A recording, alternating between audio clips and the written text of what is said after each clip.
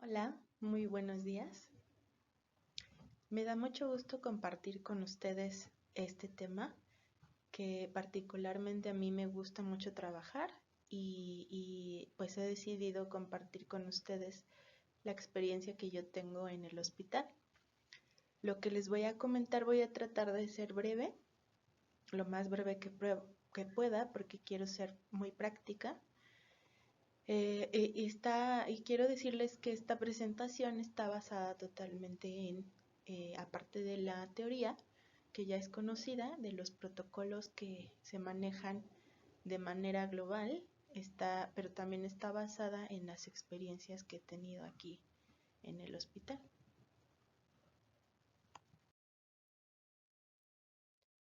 Ok, vamos a explicar por qué, primero que nada, comunicar información importante puede ser muy estresante. Esto es porque cuando lo hacemos estamos expuestos a las reacciones que tienen los demás, no solo los demás, sino nosotros mismos. Entonces, imagínense cuando tenemos que dar malas noticias, la verdad es que se vuelve una situación bastante difícil para el personal médico o el personal de la salud. ¿Qué entendemos por una mala noticia en el ámbito médico? Entendemos que es una información que va a alterar el futuro, directamente el futuro del paciente, lo cual pues ya sabemos que automáticamente lo va a introducir en un estado de crisis y duelo. ¿Por qué crisis?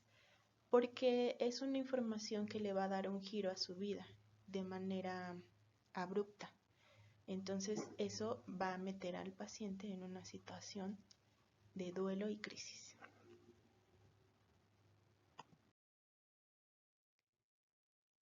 ¿Cuál ha sido la experiencia en el hospital? Hemos observado en el área que en general existe una resistencia a informar o a dar malas noticias. Esta resistencia pues no siempre es así, no lo estoy diciendo de forma general y tampoco es siempre es de manera consciente, a veces sí y a veces no.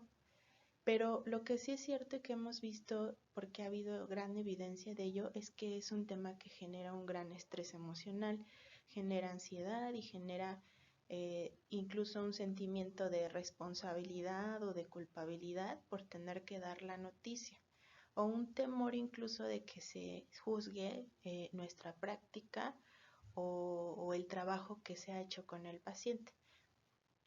Esta reacción que se tiene ante la experiencia de dar las malas noticias también está determinada por la vivencia personal que cada uno hemos tenido del dolor y también con la capacidad para reconocer, tolerar y aceptar los sentimientos de los demás.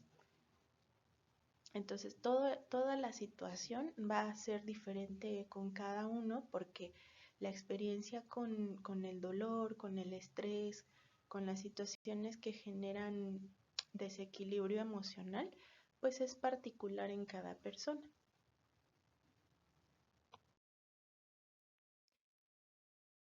¿Qué es lo que pasa una vez que hemos descubierto el pronóstico del paciente o que sabemos que la familia o el paciente está por afrontar una muerte o ya hay una muerte y hay que notificarlo? Pues a veces sucede algo que se conoce como la conspiración del silencio. ¿Qué significa esto? La conspiración del silencio implica un acuerdo implícito o explícito, ya sea que todos asumen en la familia o se asume en general en el ambiente, que no tenemos que decir la información al paciente o que tenemos que alterarla. Esto puede ser por parte de los familiares, los amigos y los mismos profesionales de la salud, pues con el fin de aminorar o de hacer un poco más leve la estancia del paciente. Se trata de ocultar el diagnóstico o como minimizarlo o incluso no hablar sobre el pronóstico y la gravedad del paciente. ¿Esto por qué? Porque surge de una necesidad que es muy natural, es muy humana, de proteger al paciente. y de proteger a los familiares o, por ejemplo, porque no tenemos la información suficiente de lo que está ocurriendo o incluso recursos emocionales para afrontar la situación. Y estamos hablando específicamente de la situación de comunicar la noticia al paciente. Bueno, vamos a hablar rápidamente de cuáles son algunos mitos sobre ocultar la verdad a un paciente, o sea, cosas que generalmente se creen que son positivas al ocultar la información o al paciente o al minimizarla.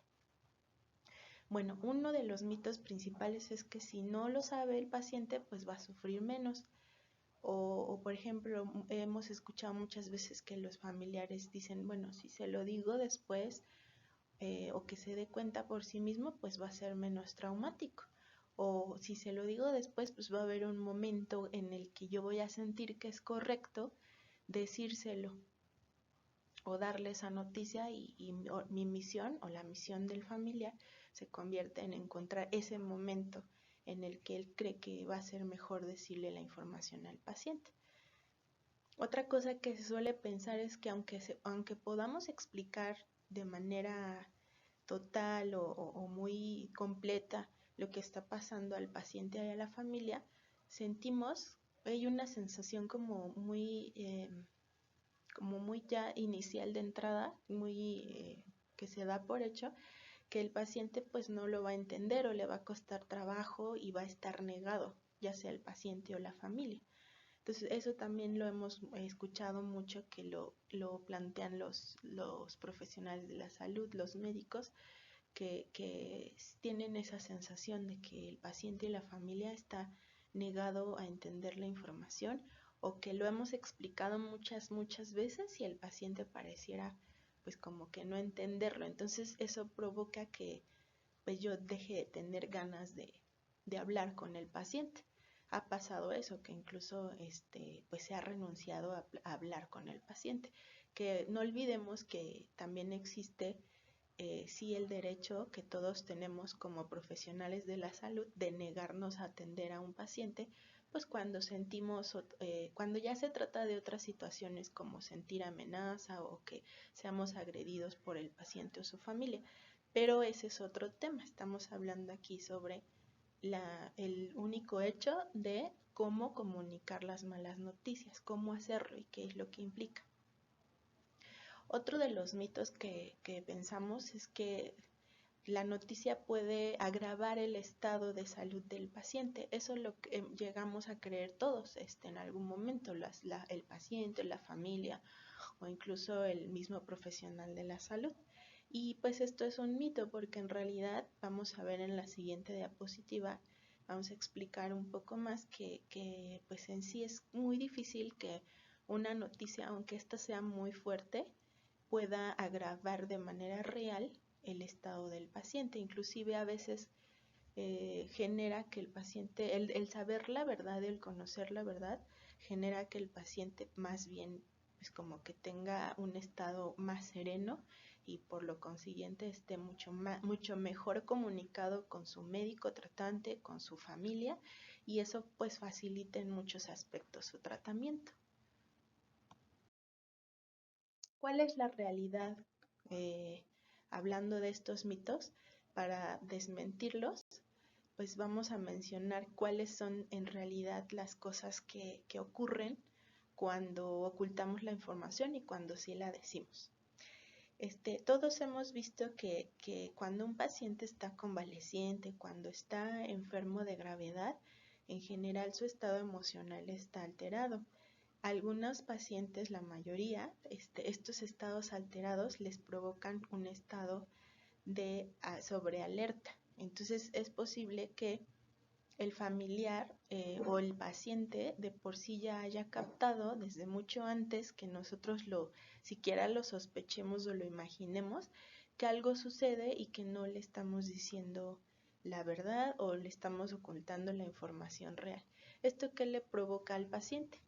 En realidad mucho enojo, mucha confusión y mucha angustia, porque esto se relaciona pues con el sentimiento que te provoca que alguien que te está cuidando y está velando por tu bienestar, llámese tu familia o el mismo profesional de la salud, pues no está siendo honesto.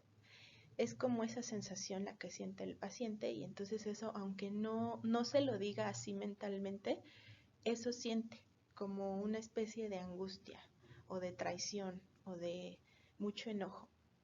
Y eso pues lógicamente no le va a beneficiar para nada en su estado de salud, ni en su disposición para recibir cualquier tratamiento.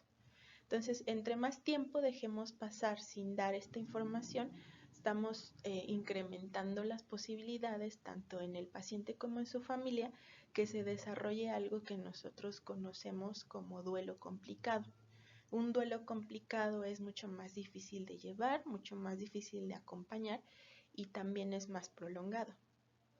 No se lleva a cabo de manera adecuada porque no damos una oportunidad no impedimos o retardamos que el paciente inicie su proceso de duelo. Y en realidad, pues no existe un momento correcto ni adecuado para dar malas noticias. Si estamos esperando ese momento, pues puede ser que nunca lo encontremos o que inclusive tomemos decisiones no tan buenas al momento de hacerlo. Ahora, por otro lado, la negación es una reacción emocional muy normal de cualquiera de nosotros al recibir una noticia impactante. La negación es una reacción adaptativa y como cualquier otra reacción o emoción, si se prolonga, sí se puede convertir en algo negativo, pero como toda emoción es algo necesario, existe por alguna razón. Entonces hay una negación que es adaptativa. Y no quiere decir que el paciente es poco cooperador o que sus familiares no quieren entender. Eso puede ser que nosotros, como profesionales de la salud, de pronto nos desesperemos un poco pensando o sintiendo que el paciente y su familia no está reaccionando bien porque no está entendiendo o porque no quiere escucharnos. La reacción, otra de las realidades es que la reacción del paciente al conocer la verdad o la mala noticia va a ser la misma independientemente del momento en el que se le comunique, ya sea con reacciones de extrema emocionalidad, reacciones irracionales o con estados de shock. Algunos estados de shock pareciera que el paciente no está sintiendo nada o que nosotros le llamamos aplanamiento emocional. Esas son reacciones esperadas y son reacciones normales, entonces no debe causarnos alarma esto. De hecho, es un signo de una salud mental, por decirlo así, cuando el paciente reacciona de esta manera. Raro es que reaccione diferente de lo que estamos hablando.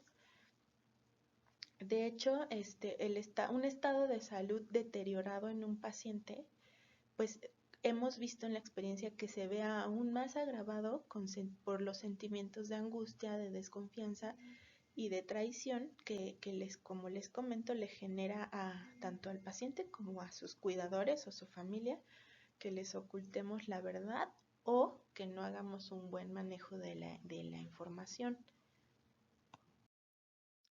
Bueno, ¿cuáles pueden ser las implicaciones bioéticas de esto? Nosotros ya sabemos que hay principios básicos en la bioética que debemos de conocer y practicar frente a los pacientes, y uno de ellos pues es la no maleficencia. Entonces pasa muy seguido que hay profesionales de la salud, a todos nos puede pasar, que utilizamos juegos de palabras para evadir el pronunciamiento de una información difícil o de una verdad que implica algo que sabemos que le va a hacer daño a la persona que se lo vamos a decir. Entonces hay una especie de sensación como de que voy a ser el origen del sufrimiento de esa persona, y eso es algo también muy humano, es una emoción muy, muy natural que todos llegamos a sentir cuando tenemos que decirle algo a alguien que no queremos, ¿no? Y pues cualquiera que le digamos, oye, te toca decirle esta información al paciente, pues obviamente su reacción no va a ser de alegría. Entonces, sin querer puede ocurrir algo que también se llama la conspiración de la palabra. Y esto puede parecerse mucho a un engaño. Y este engaño, pues, no podemos justificarlo de ninguna manera desde el punto de vista ético, porque aunque no sea mentir realmente, si hacemos juegos de palabras por querer proteger al paciente o por querer protegernos a nosotros mismos de las emociones que se van a causar, pues estamos cayendo en esto y entonces estamos atentando contra este principio de la no maleficencia y la autonomía del paciente, porque el paciente al no tener la información completa y adecuada, pues no puede decidir de manera correcta lo que quiere o lo que necesita. Por ejemplo, a un paciente con cáncer terminal que su médico, pues es tan sencillo como que le empiece a decir algo así como, podemos ir controlando la enfermedad, podemos hacer este y otro tratamiento y así, y cuando usted se estabilice, pues podemos decidir si continuamos con su tratamiento. Decir esto cuando sabemos que de acuerdo a la estadística o a la literatura o a lo que yo sé en mi conocimiento o en mi expertise, sabiendo que el paciente tiene un mal pronóstico o le queda poco tiempo de vida, decirle eso, pues cae en lo que les estoy explicando, la conspiración de la palabra, ¿no? Que viene siendo como algo que no es correcto bioéticamente hablando. Entonces, todo esto ha surgido, pues en un inicio puede ser que nazca de la compasión, pero pues también puede convertirse en algo cruel, más bien, ¿no? O sea, uno puede pensar que estamos haciendo algo bien y en realidad estamos cometiendo una crueldad sin saberlo.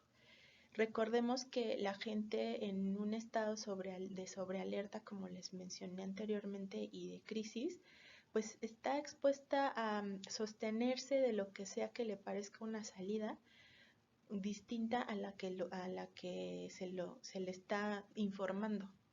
O sea, como agarrarse de algo para saber que eso que me estás diciendo no es cierto, que es como la primera reacción de cualquier persona, como negar lo que estoy viviendo, porque el inicio de un duelo es así, se vive como el no creer lo que me estás diciendo, como que estoy en un sueño, como que es ridículo, como que no entiendo qué me estás diciendo. Y parece que no entiendo, pero sí entiendo. Lo que pasa es que estoy tratando de asimilar lo que me estás diciendo. Y si yo escucho un discurso un poco maquillado, un poco así como rebuscado, con muchas palabras, con muchas explicaciones, sin que yo escuche la palabra terminal o en el caso de los enfermos terminales, o sin que yo escuche esta enfermedad no tiene cura, o no hay tratamiento, o cosas que sean muy concretas, si yo no lo escucho, obviamente no voy a yo solita a deducir eso, me voy a agarrar de una falsa esperanza. Y bueno, el poder hablar con un paciente de manera suave y amable no es esto, o sea, no significa que yo le voy a manejar otra información o se la voy a suavizar o voy a omitir partes importantes de lo que en sí le quiero decir concretamente, que es que va a morir o que no hay tratamiento para su enfermedad o que su familiar va a morir o que su familiar falleció. ¿De acuerdo? Entonces, no es lo mismo tener una esperanza, porque obviamente yo he escuchado médicos que dicen, no, es que yo no puedo quitarle a este paciente la esperanza.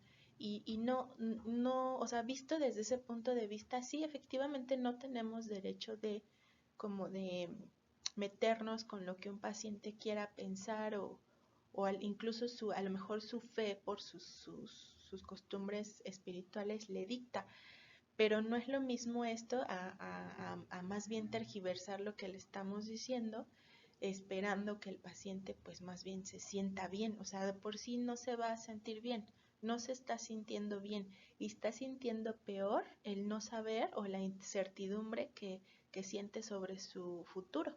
La mayoría de los pacientes no sabemos por qué, pero hemos visto eso en la experiencia, lo presienten que algo está pasando y si no sé o no me están diciendo la verdad, pues obviamente esto pues va a agravar mi estado. En lugar de sentirme tranquilo o de tener una esperanza, pues eso está muy lejos de ocurrir. Lo hemos visto muchas veces en la experiencia. Es una esperanza fallida y que está promovida por la falta de una información completa.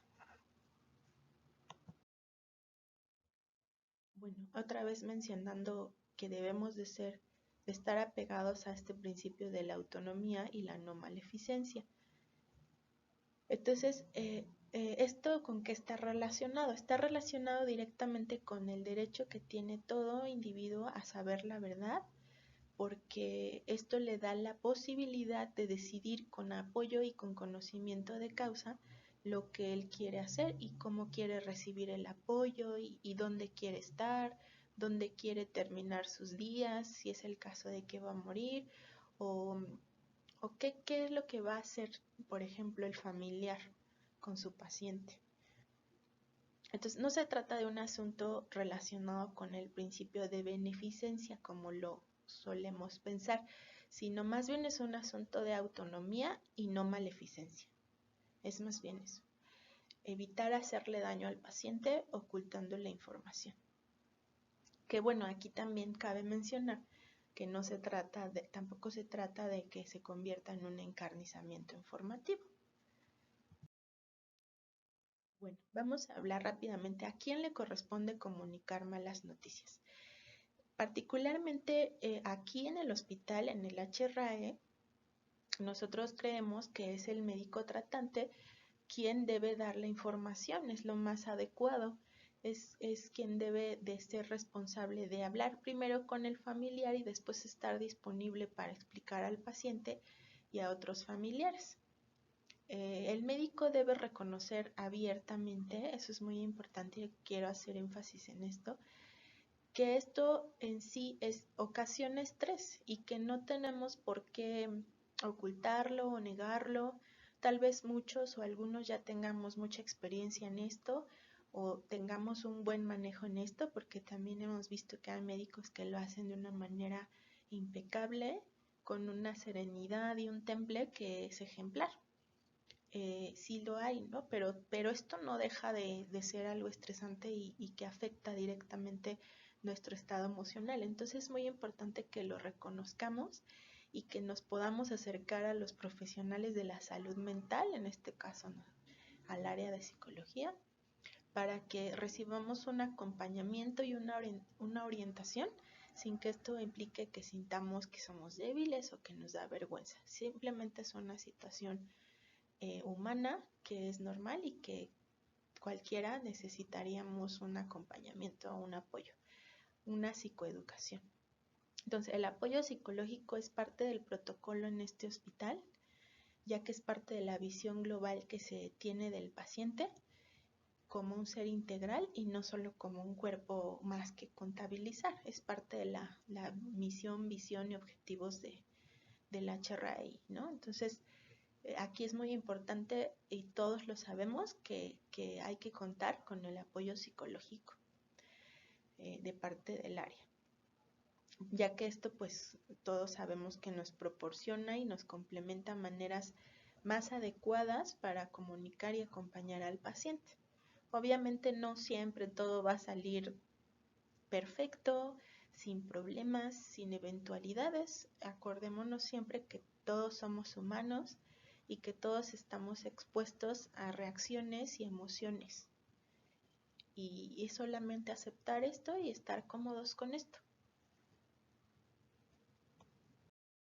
Bueno, ¿cuáles serían las recomendaciones muy generales para comunicar estas malas noticias? En primer lugar, pues buscar un lugar adecuado para hablar, en donde lo principal sea, pues no tenemos que ir a buscar una sala especial, sino que nada más fijarnos que no haya tanto ruido y que no haya tanta agitación alrededor. Tenemos que acordarnos de que la persona que reciba la información o la noticia pues va a comenzar a estar muy emocional o va a tener reacciones que no son agradables de ver de momento, ¿no? Cuando estamos acostumbrados a esto, pues ya lo sabemos, ya lo manejamos y no es algo que lo veamos antinatural, pero a veces puede ser un poco choqueante presenciarlo, ¿no? Entonces debemos estar conscientes de eso, ya sea si lo vamos a dar de manera presencial o por teléfono, pues tenemos que estar conscientes de que el paciente muy probablemente va a llorar o va a gritar o dependiendo cómo sea, o su familiar. Vamos a evitar utilizar muchas palabras y que sean complejas para entender. Tenemos que ser amables, calmados, hablar pausado, hablar directo, utilizar los silencios y pues de plano también si pensamos que no vamos a ser capaces de hacerlo, pues lo mejor es delegar la tarea. Pero pues bueno, a todos nos conviene en algún momento practicarlo y experimentarlo. Pero bueno, es válido también el decir abiertamente, ¿no? Que no queremos hacerlo. Bueno, bueno, y regresando a eso, es importante decirlo porque así podemos encontrar o delegar la tarea a alguien que sea adecuado. Podemos siempre comenzar con el nombre de la persona a la que le vamos a dar la noticia. Siempre es bueno conocer su nombre y hablarle directamente por su nombre. Señor o señora fulano, tu paciente tal, que se llama, le decimos el nombre del paciente, se encuentra grave, se encuentra delicado. Hemos hecho todo lo posible por mejorarlo, por curarlo. Sin embargo, y aquí es donde explicamos la condición del paciente y su pronóstico. Vamos a evitar decir otras cosas o explicar demasiado el proceso médico. Simplemente vamos a explicar por qué se encuentra grave y cuál es el pronóstico. Ahora, lo recomendable también es permanecer un tiempo en silencio después de decir la noticia y no juzgar la reacción ni siquiera ni en tu mente ni en voz alta. Y pues ya no se requiere nada más que permanecer así por algunos minutos y eso es todo. Tampoco tenemos que quedarnos ahí mucho tiempo, simplemente ofrecer nuestro apoyo, ofrecer nuestra presencia o nuestra disponibilidad para volver a explicar y retirarnos. Y eso es todo. Debemos de evitar la mayoría de las veces el contacto físico con el paciente porque ya hemos visto, he sabido que cuando un paciente comienza a llorar o estar alterado, el que nosotros nos alteremos o el que busquemos consolar, lo único que vamos a provocar es que la persona, el familiar o el paciente se alteren más o lloren más. Entonces esto hacer contacto físico va a anclar más las emociones, tanto en el paciente como en mí mismo. Entonces es mejor no hacerlo. Si somos una persona sensible, amorosa, podemos pues externarlo o demostrarlo pues a través de nuestra mirada, a través de nuestro tono de voz y simplemente con la intención dice mucho, incluso lo podemos sentir de alguna manera. Y bueno, la otra recomendación pues es lo que les decía yo anteriormente, llamar a la psicóloga, acudir a los profesionales de la salud mental para un acompañamiento en duelo, tanto del paciente como de nosotros mismos que acabamos de comentar la noticia y para sus familiares. Bueno, vamos a evitar a toda costa pues decir frases como cálmese, no se ponga así, o juzgar si lo hubieran atendido a tiempo, o entienda que esto es así, o decirle al paciente una especie de consuelo fallido, como por ejemplo, con el tiempo usted se va a sentir mejor, o qué esperaba, o ya no hay nada que hacer. No es lo mismo que decir hemos hecho lo posible. Entonces, a veces ciertas palabras pueden cambiar todo el sentido de lo que decimos, entonces podemos ensayarlo, ¿no? Y este es un claro ejemplo.